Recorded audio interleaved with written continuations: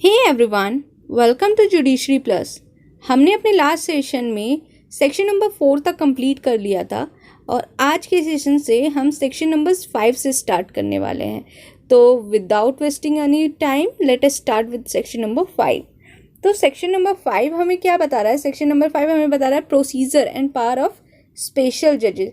Special जजेस की क्या पावर है, क्या प्रोसीजर है, ये हमें सेक्शन नंबर 5 बता रहा है। तो सब क्लॉज 1 बोल रहा है स्पेशल जज में take cognizance of offences without the accused being committed to him for trial and in trying the accused person shall follow the procedure prescribed by code of criminal procedure of 1973 for the trial of warrant cases by magistrate. तो इस section में हमें बताया जा रहा है कि जो स्पेशल जज होते हैं वो कॉग्निजेंस ले सकते हैं किसी ऑफेंस का। ठीक है, वो ऑफेंस का ले सकते हैं cognizance without the accused being committed to him for trial, यानी कि उसको उसके सामने उस स्पेशल जज के सामने जो है ना अक्यूज को कमिट नहीं किया गया था ट्रायल का, फिर भी वो कॉग्निजेंस ले सकते हैं। और वो जब ट्राई कर रहे होंगे ऐसे एक्यूज पर्सन को, वो फॉलो करेंगे वैसा प्रोसीजर जो CRPC 1973 में दे रखा है। और वो किस लिए दे रखा है? ताकि वो वारंट केस का ट्रायल किया जा सके मैजिस्ट्रेट के द्वारा।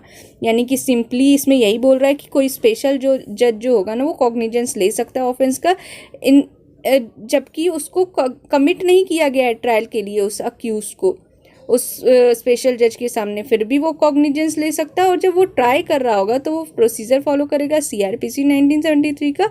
और वो कौन सी प्रोसीजर फॉलो करेगा? जो trial of warrant cases by magistrate के सामने जो प्रोसीजर है ना CRPC में जो मेंशन किया हुआ है, वो सेम प्रोसीजर यहाँ भी फॉलो होगी। ये है हमारा सब क्लॉज 1।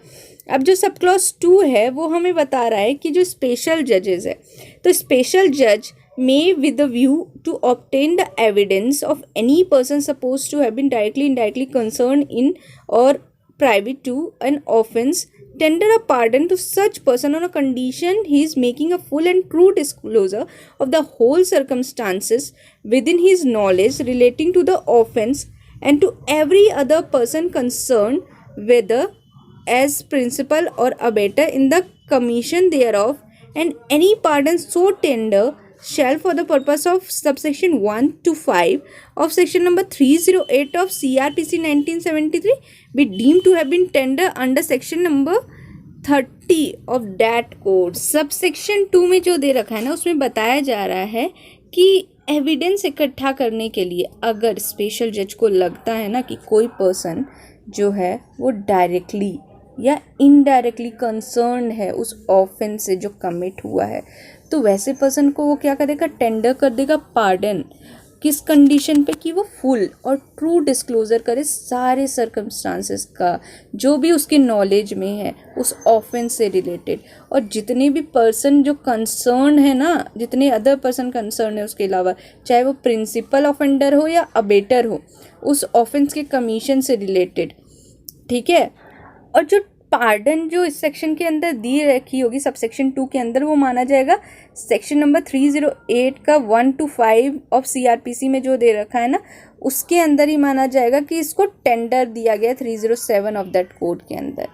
ठीक है, यानी कि इसमें सिंपली यही बोल रहा है कि स्पेशल जज जो है अगर उसको लगता है कि हमें एविडेंस इकट्ठा करने के लिए किसी पर्सन को पार्डन देने की ज़रूरत है जो कि डायरेक्टली या इनडायरेक्टली रिलेटेड है, कंसर्न्ड है उस ऑफेंस से जो कमिट हुआ है, और वो इस कंडीशन पे पार्डन देगा कि वो सामने वाला पर्सन जो है ना वो सारी की सारी इन्फॉर्मेशन सही से और फुल्ली इन्फॉर्मेशन जो है वो डिस्क्लोज करेगा, जो भी ऑफेंस से रिलेटेड इन्फॉर्मेशन है। ठीक है, और वो ऑफेंस किससे रिलेटेड होना चाहिए? वो प्रिंसिपल ऑफेंडर से भी रिलेट हो सकता है और वो अबेटर से भी रिलेट हो सकता है जिसने हेल्प किया है क्राइम में। ठीक है, और जो भी पार्डन दिया जाएगा वो CRPC के रूल्स जो है ना सेक्शन नंबर 307 और 308 ऑफ CRPC उससे डील होंगे इसके प्रोसीजर। ठीक है, ये हमारा सबसेक्शन 2 बता रहा है। अब चलते हैं सबसेक्शन 3 की तरफ। इसमें बता रहा है save as provided in subsection 1 and 2. The provision of CRPC 1973 shall so far as they are not inconsistent with this act, apply to the proceeding before the special judge, and for the purpose of the said provision, the court of the special judge shall be deemed to be a court of session, and the person conducting a prosecution before a special judge shall be deemed to be a public prosecutor. यानी कि इसमें बताया जा रहा है जो subsection 1 में हमने देखा और सबसेक्शन में 2 में हमने देखा उसको छोड़ के जो प्रोविजंस है ना उसको सेव कर रहा है। सबसेक्शन 1 और सबसेक्शन 2 के प्रोविज़न को सेव करते हुए जो भी प्रोविज़न है सीआरपीसी 1973 में जो इनकंसिस्टेंट नहीं है इस एक्ट से, प्रिवेंशन ऑफ करप्शन एक्ट से इनकंसिस्टेंट नहीं है, वो अप्लाई हो जाएंगे उस प्रोसीडिंग्स पे स्पेशल जज के सामने जो होगा। और इस पर्पस के लिए जो स्पेशल कोर्ट है उसको माना जाएगा कोर्ट ऑफ सेशन, और जो पर्सन जो कंडक्ट कर रहा है प्रोसिक्यूशन को उसको माना जाएगा पब्लिक प्रोसिक्यूटर। यानी कि जो प्रोविज़न है सीआरपीसी के जो इनकंसिस्टेंट नहीं है प्रिवेंशन ऑफ करप्शन एक्ट से वो अप्लाई हो जाएंगे जो उस पे प्रोसीडिंग्स पे जो स्पेशल जज के सामने हो रही है, और उस पर्पस के लिए जो भी स्पेशल जज है उसको कोर्ट ऑफ सेशन मानेंगे और जो पर्सन कंडक्ट कर रहा है प्रोसिक्यूशन उसको पब्लिक प्रोसिक्यूटर मानेंगे। ठीक है, और ये सेव कर रहा है सबसेक्शन 1 और 2 को, यानी कि 1 और 2 पे ये अप्लाई नहीं हो रहा है। ठीक है, अब आते हैं हम सबसेक्शन 4 पे। In particular and without prejudice to the generality of the provision contained in subsection 3, the provision of section number 326 and 475 of CRPC 1973 shall so far as may be applied to the proceeding before special judge, and for the purpose of the said provisions a special judge shall be deemed to be a magistrate। अब क्या बताया जा रहा है कि जो provisions है ना सेक्शन नंबर 326 के और 475 के सीआरपीसी के लिए वो अप्लाई होंगे वैसे प्रोसीडिंग्स पे जो कि स्पेशल जज के सामने हो रहा है, उस पर 326 और 475 की जो प्रोविजंस है वो अप्लाई होंगे। और उस पर्पस के लिए जो सेड प्रोविज़न है ना स्पेशल जज को माना जाएगा, उस प्रोविजंस के लिए स्पेशल जज को मजिस्ट्रेट माना जाएगा। यानी कि 326 और 475 के provision as it is applicable होंगे जो प्रोसीडिंग स्पेशल जज के सामने चल रही है उस पर, और उस पर्पस के लिए स्पेशल जज को मैजिस्ट्रेट माना जाएगा। अब सबसेक्शन 3 में हम क्या मान रहे थे, कोर्ट ऑफ सेशन मान रहे थे इसको, ठीक है, स्पेशल जज को, और सबसेक्शन 4 में 326 और 475 के पर्पस से मैजिस्ट्रेट मांग रहे हैं। अब आप कमेंट सेक्शन में कमेंट करके बताएं कि सेक्शन नंबर 326 और 475 ऑफ सीआरपीसी में क्या दे रखा है। ठीक है, as it is also covered in your CBI APP exam, तो आप मुझे प्लीज़ बताएं कि इन दोनों सेक्शन में क्या दे रखा है। अब नेक्स्ट सब क्लॉज जो है इसका क्लॉज नंबर 5 ये हमें बता रहा है स्पेशल जज may pass upon any person convicted by him any sentence authorise by law for the punishment of the offence of which such person is convicted. तो स्पेशल जज क्या है, स्पेशल जज के पास पावर है कि वो पास कर सकता है वैसे पर्सन पे जिसको कन्विक्ट किया जाएगा कोई भी सेंटेंस दे सकता है जो भी ऑथराइज है लॉ के द्वारा, ठीक है, उस ऑफेंस के पनिशमेंट के लिए जिसके लिए उसको कन्विक्ट किया गया। यानी कि स्पेशल जज जो है जो पर्सन कन्विक्टेड है उसको पनिशमेंट भी दे सकता है according to the law, according to the sentence authorise by law. ठीक है, अब जो लास्ट क्लॉज है इस सेक्शन का ये बता रहा है स्पेशल जज while trying the offence punishable under this act shall exercise all the power and function exercised by district judge under criminal law amendment ordinance of 1944। अब जो स्पेशल जज है ना जब ट्राई कर रहा होगा ऑफेंस जो पनिशेबल है इस एक्ट के अंदर यानी कि प्रिवेंशन ऑफ करप्शन एक्ट के अंदर, उसको माना जाएगा वो एक्सरसाइज कर रहा है सारे पावर और फंक्शन जो कि एक डिस्ट्रिक्ट जज एक्सरसाइज करता है ना किसके अंदर, criminal law amendment ordinance of 1944 के अंदर। जो एक डिस्ट्रिक्ट जज के पास पावर एंड फंक्शन है वो सेम पावर फंक्शन स्पेशल जज भी प्रैक्टिस करता है। और इसी के साथ हमारा सेक्शन नंबर 5 कंप्लीट होता है। अब हम चलते हैं अपने नेक्स्ट सेक्शन की तरफ जो कि है section number 6 power to try summarily, यानी कि सेक्शन 6 में समरी ट्रायल के बारे में हमें बताया जा रहा है। तो चलिए देखते हैं। वेयर अ स्पेशल जज try any offence specified in subsection 1 of section 3 alleged to have been committed by a public servant in relation to the contravention of any special order referred to in subsection 1 of section 12A of Essential Commodities Act of 1955 or of an order referred to in clause A of subsection 2 of that act, then notwithstanding anything contained in subsection 1 of section 5 of this act or section 260 of Code of Criminal Procedure 1973, the special judge shall try the offence in a summary way, and the provision of section 262 to 265 of the code shall as far as may be applied to such trial। ठीक है, तो इसमें बताया जा रहा है जहाँ कोई स्पेशल जज जो है ट्राई कर रहा है ऑफेंसों की, स्पेसिफाइड किस में किए हैं, सेक्शन नंबर 3 के क्लॉज 1 में स्पेसिफाई किए हैं। ठीक है, और वो बोला जा रहा है कि उसने किसने कमिट किया, पब्लिक सर्वेंट ने कमिट किया है ऐसा offence in relation to the contravention of any special order. Special order कोई मेड किया गया था सेक्शन नंबर 12A के अंदर, एसेंशियल कमोडिटीज़ एक्ट ऑफ 1955 के 12A के अंदर स्पेशल ऑर्डर मेड किया गया था और पब्लिक सर्वेंट ने उसका जो है कॉन्ट्रावेंशन किया है, तो क्या होगा, और in addition to the contravention of 12A clause 1 उसने कॉन्ट्रावीन किया है 12A के सबसेक्शन 2 के क्लॉज A को भी वॉयलेट किया है। ठीक है, तो क्या बताया जा रहा है, notwithstanding anything contain in section number 5 clause 1 of this act और section number 260 of the code of criminal procedure. Special जज कैसे ट्राई करेगा ऑफेंस, समरी वे में करेगा, और जो प्रोविजन है 262 से 265 CRPC के वो अप्लाई हो जाएंगे वैसे ट्रायल पे। यानी कि इन सिंपल वर्ड्स अगर देखा जाए तो इसका मतलब यही है, जब स्पेशल जज जो है ट्राई करता है कोई ऑफेंस जो कि सेक्शन नंबर 3 के क्लॉज 1 में दिया गया है, और कोई ऑफेंस जो है कमिट कौन कर रहा है, पब्लिक सर्वेंट कमिट कर रहा है, और वो एसेंशियल कमोडिटीज़ एक्ट ऑफ 1955 के सेक्शन नंबर 12A के क्लॉज 1 का और 12A के क्लॉज 2 के सब क्लॉज A का कॉन्ट्रावेंशन किया है, उस ऑर्डर का कॉन्ट्रावेंशन किया है, देन क्या होगा, देन जो है इस पे इस कॉन्ट्रावेंशन पे कैसी प्रोसीडिंग अप्लाई होगी, समरी प्रोसीडिंग अप्लाई होगी, और जो 262 से 265 के प्रोविजंस है ना CRPC के, वो यहाँ पे भी अप्लाई हो जाएंगी और ऑफेंस जो है समरी ट्रायल होगा। ठीक है, इसका प्रोवाइजो जो है वो बता रहा है कि in the case of any contravention in a summary trial under this section it shall be lawful for the special judge to pass a sentence of imprisonment for a term not exceeding 1 year।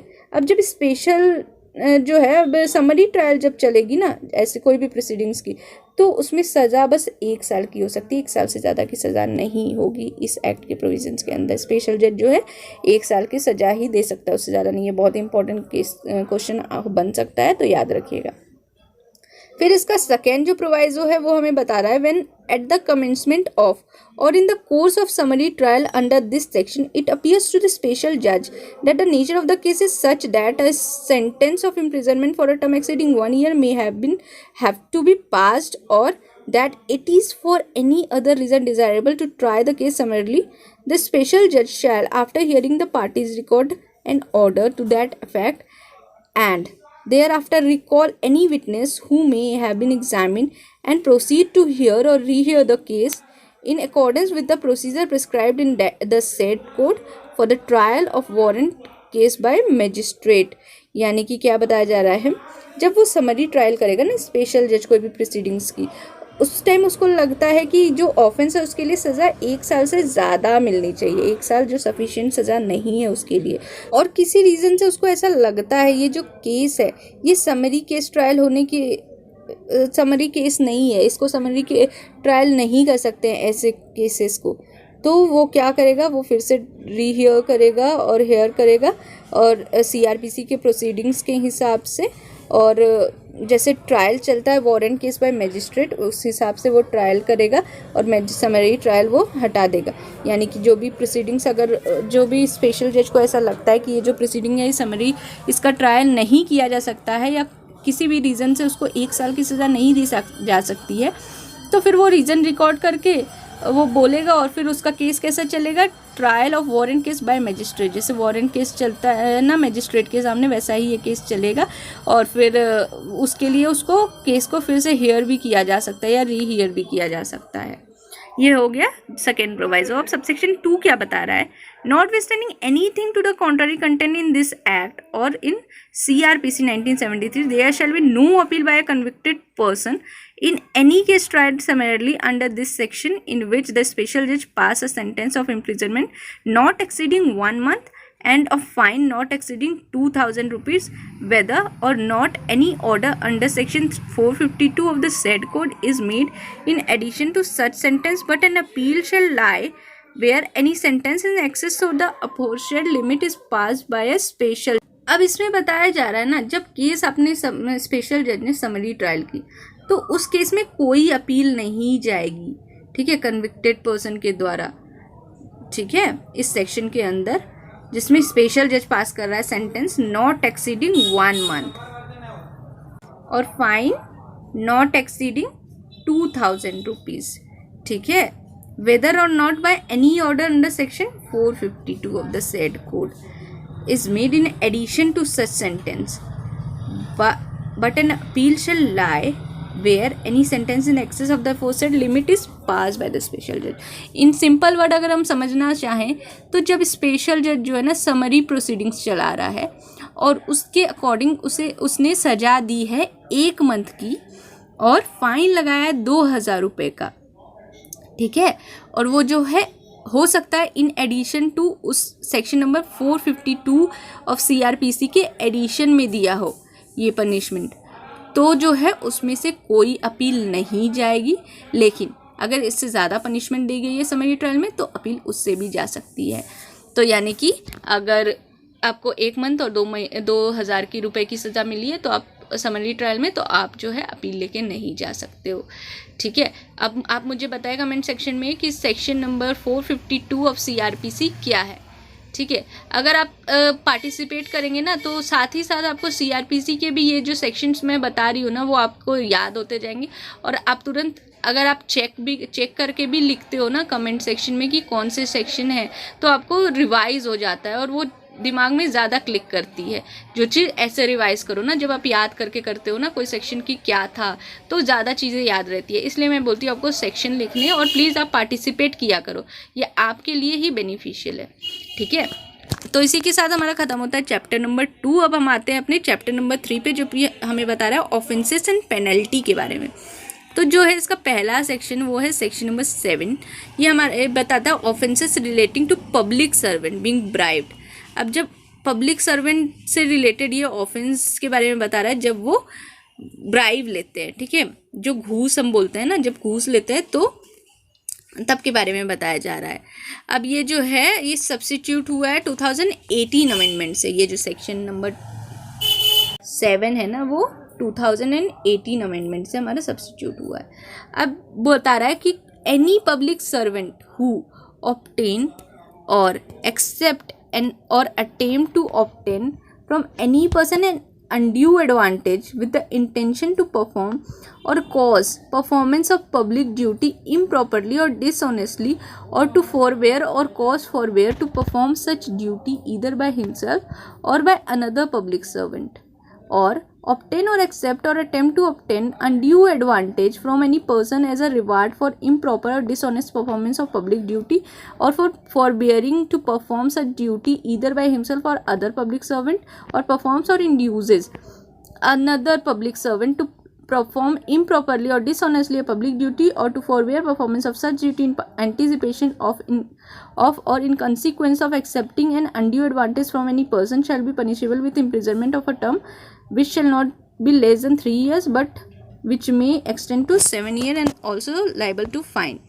अब इसमें बताया जा रहा है जब कोई public servant, ठीक है, कोई भी पब्लिक सर्वेंट जो है वो क्या कर रहा है, ऑब्टेन कर रहा है या एक्सेप्ट कर रहा है या अटेम्प्ट कर रहा है। क्या कर रहा है, ऑब्टेन कर रहा है, एक्सेप्ट कर रहा है या अटेम्प्ट कर रहा है ऑब्टेन करने के लिए किसी पर्सन से अनड्यू एडवांटेज, ठीक है। अनड्यू एडवांटेज मतलब रॉन्ग एडवांटेज, रॉन्गफुल्ली कोई एडवांटेज लेना, किस इंटेंशन के साथ, ताकि वो परफॉर्म करे या परफॉर्म करवाए कोई पब्लिक ड्यूटी इम्प्रॉपरली, गलत तरीके से पब्लिक ड्यूटी परफॉर्म कराने के लिए आप कोई अनड्यू एडवांटेज ले रहे हो, या डिसऑनेस्टली और forbear to cause forbearance to perform such duty either by himself और अदर पब्लिक सर्वेंट।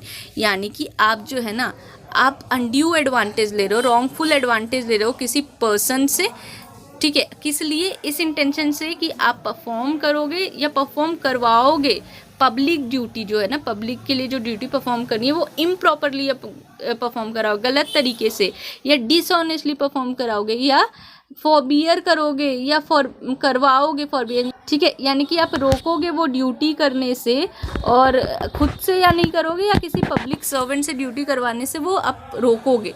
किस लिए? क्योंकि आपने वो अनड्यू एडवांटेज लिया है, ठीक है, वो रॉन्गफुल गेन हुआ है आपको, इसलिए आप जो है खुद से वो परफॉर्म नहीं कर रहे हो, या आप किसी और पब्लिक सर्वेंट को रोक रहे हो परफॉर्म करने के लिए।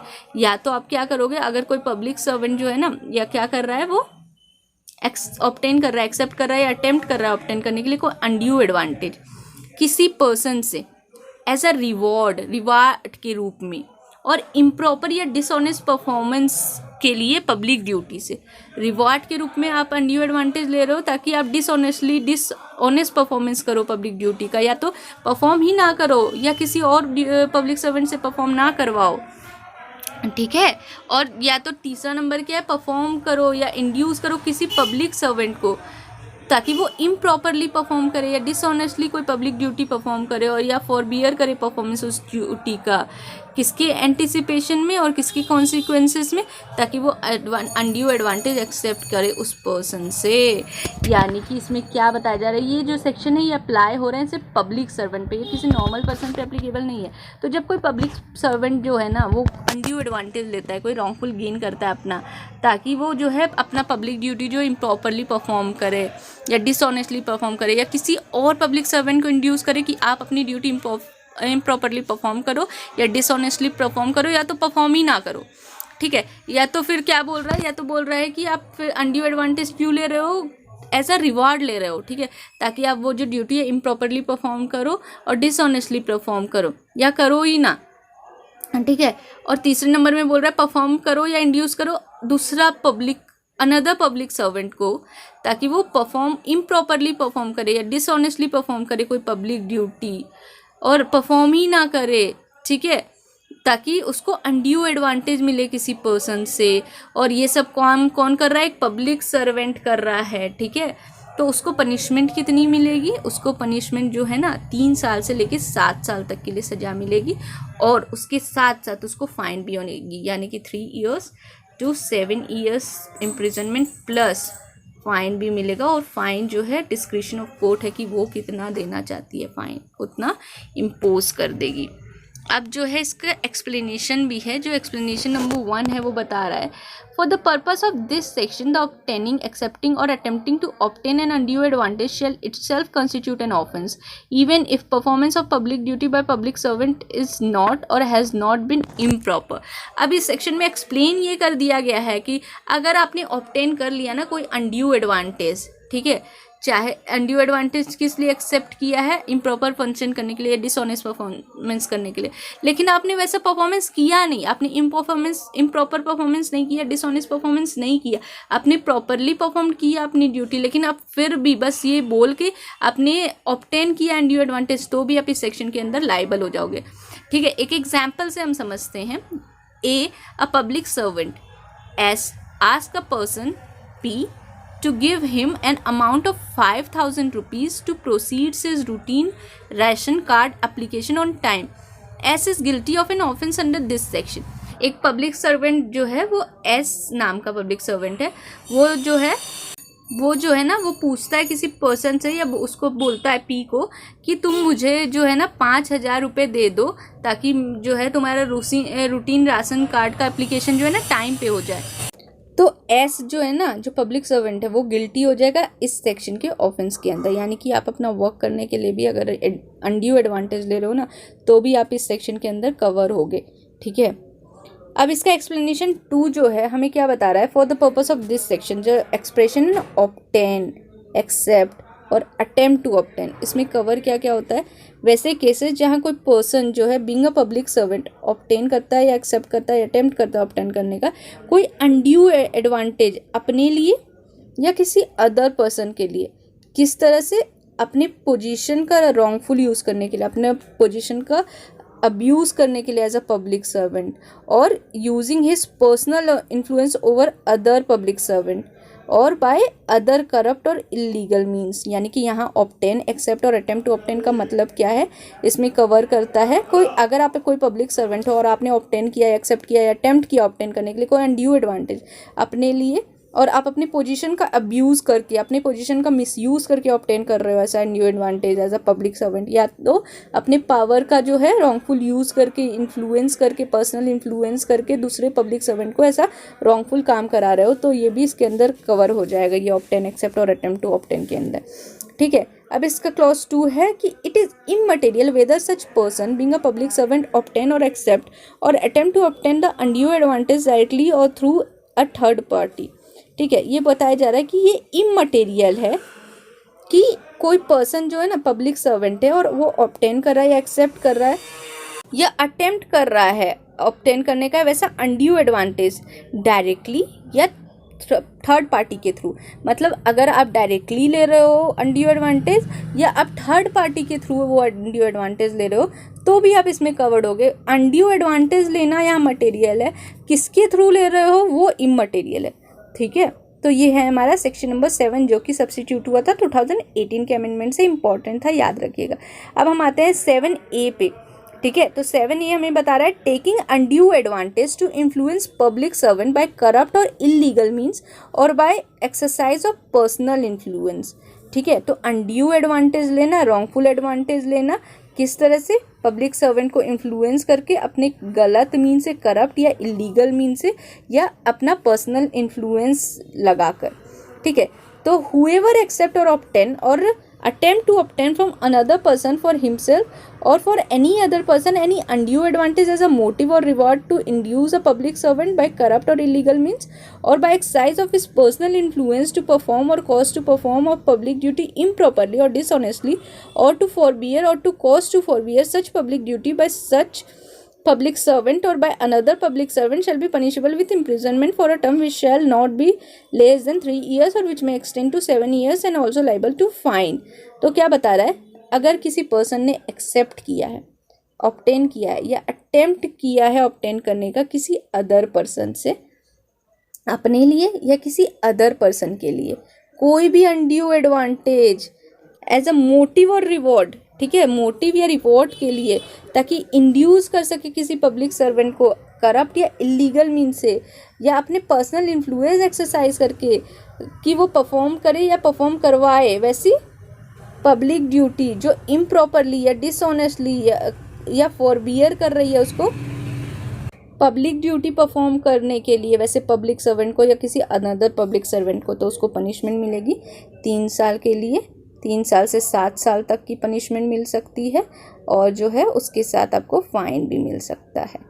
यानी कि अगर कोई पर्सन जो है एक्सेप्ट कर रहा है, ऑब्टेन कर रहा है या अटेम्प्ट कर रहा है ऑब्टेन करने के लिए किसी अदर पर्सन से अपने लिए या किसी और पर्सन के लिए undue advantage, wrongful advantage as a motive या रिवार्ड, ठीक है, ताकि वो इंड्यूस करे किसी अदर पर्सन को करप्ट या इलीगल मीन से और अपने पर्सनल इन्फ्लुएंस से कि वो जो है अपना ड्यूटी परफॉर्म ना करे या तो इम्प्रॉपर परफॉर्म करे या डिसऑनेस्टली परफॉर्म करे या करे ही ना, ठीक है, तो फिर उसको पनिशमेंट मिलेगी कितनी, 3 साल से 7 साल तक के लिए और प्लस फाइन भी मिल सकता है।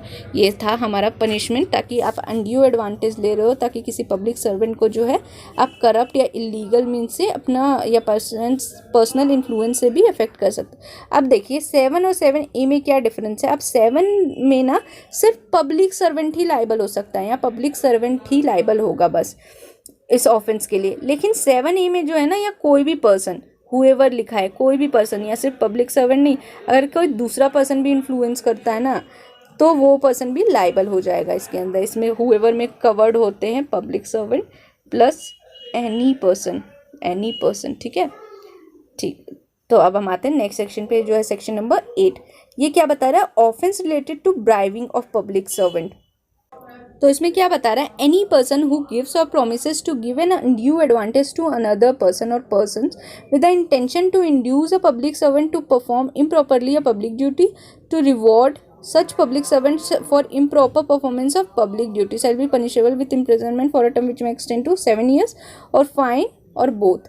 ठीक है, तो इसमें बताया जा रहा है अगर कोई पर्सन, ठीक है, जो कि प्रॉमिस करता है या देता है या प्रॉमिस करता है देने के लिए अनड्यू एडवांटेज किसी अदर पर्सन को या पर्सन्स को, किस इंटेंशन से कि वो पब्लिक सर्वेंट को इंड्यूस करेगा और इम्प्रॉपरली परफॉर्म कराएगा अपना पब्लिक ड्यूटी, या उसको रिवॉर्ड देगा कि वैसे जो पब्लिक सर्वेंट है वो इम्प्रॉपर परफॉर्म करे वैसी ड्यूटी, तो उसको पनिशमेंट मिलेगी। कितने टाइम तक उसको पनिशमेंट मिलेगी? 7 साल तक का सज़ा और फाइन, या दोनों भी मिल सकता है।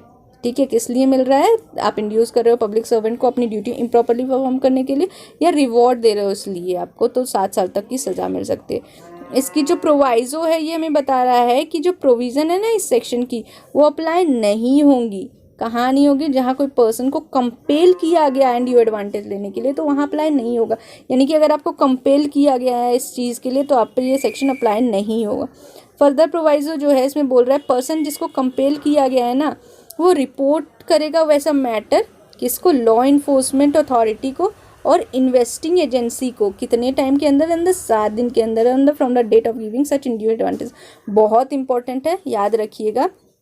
तो जो है ये जो पर्सन है, अब आपको कंपेल किया गया है अनड्यू एडवांटेज लेने के लिए, तो उसके कारण ना आपको क्या करना होगा? आपकी भी तो ड्यूटी बनती है, तभी तो आपकी लाइबिलिटी जाएगी। तो आपकी लाइबिलिटी जाने के लिए आपको 7 दिन के अंदर आपको लॉ इन्फोर्समेंट एजेंसी या इन्वेस्टिगेटिंग एजेंसी को वो इन्फॉर्मेशन देनी होगी। और किस दिन से ये 7 दिन काउंट होगा? जिस दिन जो है वैसी अनड्यू एडवांटेज दी गई है, यानी कि आपको कंपेल किया गया है वैसे अनड्यू एडवांटेज देने के लिए ना, उस दिन से 7 दिन के अंदर आप ये रिपोर्ट कर सकते हो लॉ इन्फोर्समेंट एजेंसी को या इन्वेस्टिगेटिंग एजेंसी को। तो फिर आप जो है लाइबल नहीं हो जाओगे ठीक है। तो इसका फर्दर प्रोवाइजो जो है ये क्या बोल रहा है कि जब कोई ऑफेंस जो है इस सेक्शन के अंदर कमिट होता है किसी कमर्शियल ऑर्गेनाइजेशन के द्वारा, तो वैसे कमर्शियल ऑर्गेनाइजेशन को जो है बस पनिशमेंट कैसे मिलेगी? फाइन की, क्योंकि कमर्शियल ऑर्गेनाइजेशन को आप इम्प्रिजनमेंट नहीं दे सकते हो, तो आपको पनिशमेंट जो है फाइन के तौर पे देना होगा। अब इसका इलस्ट्रेशन देखते हैं जिससे हमें अच्छे से समझ में आएगा। तो इलस्ट्रेशन क्या बोल रहा है? एक पर्सन है, पब्लिक सर्वेंट है, उसको क्या देता है? अमाउंट देता है 10,000 रुपये का, ताकि वो इंश्योर करे कि वो एक लाइसेंस ग्रांट कर दे उसको। यानी कि अपना लाइसेंस ग्रांट कराने के लिए वो 10,000 रुपये दे रहा है ओवर अदर बीडर्स, यानी कि अदर बीडर्स को ना दे और उसको दे दे वो लाइसेंस। तो वो क्या कर रहा है? 10,000 दे रहा है पब्लिक सर्वेंट को, और वो जो पी है ना उसको मान लिया जाएगा कि वो गिल्टी है। किस ऑफेंस के लिए? इस सब सेक्शन के अंदर जो ऑफेंस दिया गया है उसके लिए। ठीक है, तो वो लाइबल हो जाएगा इस सब सेक्शन के अंदर। ठीक है, लेकिन अगर इसको कंपेल किया गया हो इस केस में, तो फिर क्या है? वो लाइबल नहीं होगा, लेकिन वो उसको 7 दिन के अंदर इन्फोर्समेंट एजेंसी या इन्वेस्टिगेटिंग एजेंसी को इन्फॉर्म करना पड़ेगा। ठीक है, समझ में आ गया होगा अब अच्छे से। इलस्ट्रेशन से ना हमें काफ़ी अच्छे से समझ में आता है कि क्या बोल रहा है सेक्शन हमें, और इलस्ट्रेशन इम्पॉर्टेंट है इस सेक्शन के, तो याद रखिएगा। आ सकते हैं डायरेक्ट इन इलस्ट्रेशंस पे भी क्वेश्चंस आ सकते हैं आपको। अब एक्सप्लेनेशन जो है क्या बता रहा है? It is immaterial whether the person to whom an undue advantage is given or promise to given is the same person as the person who is to perform or has perform the public duty concern, and is also be immaterial whether such undue advantage is given or promised to be given by the person directly or through a third person। यानी कि यहाँ बिल्कुल भी ये मायने नहीं रखता कि जो इंड्यू एडवांटेज है ना, अनड्यू एडवांटेज, वो कौन दे रहा है? Given or promise. अगर उसी पर्सन ने अनड्यू एडवांटेज दिया हो जिसको परफॉर्म करना है ड्यूटी, तो भी ये इमटेरियल। किसने आपको अनड्यू एडवांटेज दिया? ये बिल्कुल इमटेरियल है। आपको अनड्यू एडवांटेज मिला इम्प्रॉपरली फंक्शन करने के लिए, अपनी पब्लिक ड्यूटी डिसऑनेस्टली परफॉर्म करने के लिए अपनी पब्लिक ड्यूटी, या फॉरबियर करने के लिए अपनी पब्लिक ड्यूटी, और आपने वो ले लिया इस पर्पस के लिए, चाहे आपने किया हो या ना किया हो इम्प्रॉपरली परफॉर्म, आप लाइबल हो जाओगे इस सेक्शन के अंदर। आपको किसने दिया है? आपको थर्ड पर्सन ने दिया है या उसी पर्सन ने दिया है, वो बिल्कुल मायने नहीं रखता। ठीक है, अब सब क्लॉज 2 बता रहा है nothing in subsection 1 shall apply to a person or that if that person after informing a law enforcement authority or investigating agency gives or promise to give any undue advantage to another person in order to assist such law enforcement authority to investigating agency in its investigation of the offence alleged under the against the letter. यानी कि अब क्या बता रहा है इसमें बता रहा है कि अगर कोई पर्सन जो है उसने इन्फॉर्म कर दिया है लॉ इन्फोर्समेंट एजेंसी को या इन्वेस्टिगेटिंग एजेंसी को कि ऐसी ऐसी चीज़ें यहाँ हो रही हैं, ब्राइबिंग का केस चल रहा है, या तो वो क्या करेगा, वो जब लॉ इन्फोर्समेंट अथॉरिटी या इन्वेस्टिगेटिंग एजेंसी जो है ना आपको बोल सकती है कि आप कोऑपरेट करो उसके साथ, ताकि हम उसको रंगे हाथों पकड़ सके, रेड हैंडेड हम उसको कॉट कर सकें। जैसे कि हम अपने सीरियल्स में देखते हैं ना, जिसमें जैसे कि CID हो गया, जो आप सब लोगों ने देखा होगा आई एम श्योर। तो उसमें अगर जो है पुलिस को या इन्वेस्टिगेटिंग एजेंसी को अगर आप असिस्ट करने के लिए, उनकी हेल्प करने के लिए, ताकि जो है जो भी मुजरिम है, जो भी अक्यूज़ है, उसको रेड हैंडेडली कॉट किया जाए, आप असिस्ट कर रहे हो ना उनको, तो इस पर्पज़ के लिए आपकी कोई लायबिलिटी नहीं होगी, क्योंकि आप तो हेल्प कर रहे हो पब्लिक अथॉरिटी को, है ना। तो इस पर्पज़ के लिए आपकी कोई लायबिलिटी नहीं होगी इस सेक्शन के अंदर। ठीक है, ये हो गया हमारा सेक्शन नंबर 8। तो आज के सेशन में हम इतना ही रखते हैं, अदरवाइज सेशन आपका काफ़ी लंबा हो जाएगा और आपका इंटरेस्ट खोने लगेगा। जितना लंबा सेशन होता है उतना इंटरेस्ट इंसान का जाने लगता है। तो मैं आज का सेशन इतना ही रखती हूँ। नेक्स्ट सेशन से जो प्रोविजंस है थोड़े छोटे छोटे हैं, तो मैं कोशिश करूँगी कि जल्दी कवर कर लूँ सिलेबस। तो ये सारे सेक्शंस जो है आप देख सकते हो, ये छोटे छोटे हैं, तो जल्दी जल्दी कवर हो जाएगा। तो आप टेंशन मत लो, मैं कोशिश करूँगी मैक्सिमम 3 सेशंस में और इस एक्ट को भी ख़त्म कर दूँ। फिर हमारा एक छोटा सा एक्ट बचेगा, Delhi special police establishment act जो है, एक बहुत ही छोटा सा एक्ट है, मात्र उसमें 6 सेक्शंस हैं हमारे, तो वो काफ़ी जल्दी हो जाएगा। फिर भी आपके पास काफ़ी 10 दिन से ज़्यादा टाइम रहेगी इसको रिवाइज करने के लिए, तो मल्टीपल रिवाइज करिएगा, बस सुनना है आपको और कुछ नहीं करना। तो मल्टीपल जो है लेक्चर आप सुनते रहिए, और आप मुझे फॉलो कर सकते हैं मेरे टेलीग्राम चैनल पे, जो कि जुडिशरी प्लस के नाम पे है, और आपको उसकी लिंक जो है डिस्क्रिप्शन बॉक्स में मिल जाएगी। मैं उसमें अपनी रेगुलर अपडेट्स डालती रहती हूँ, तो प्लीज़ आप उसको भी जाके फॉलो कर सकते हैं। जो इन्फॉर्मेशन, फर्दर इन्फॉर्मेशन के लिए, अदर एग्जामिनेशंस के लिए ऑल्सो मैं उसमें कवर करती रहूँगी। तो this is all bye my side, this is advocate twinkle Jha signing off today's session. Thank you.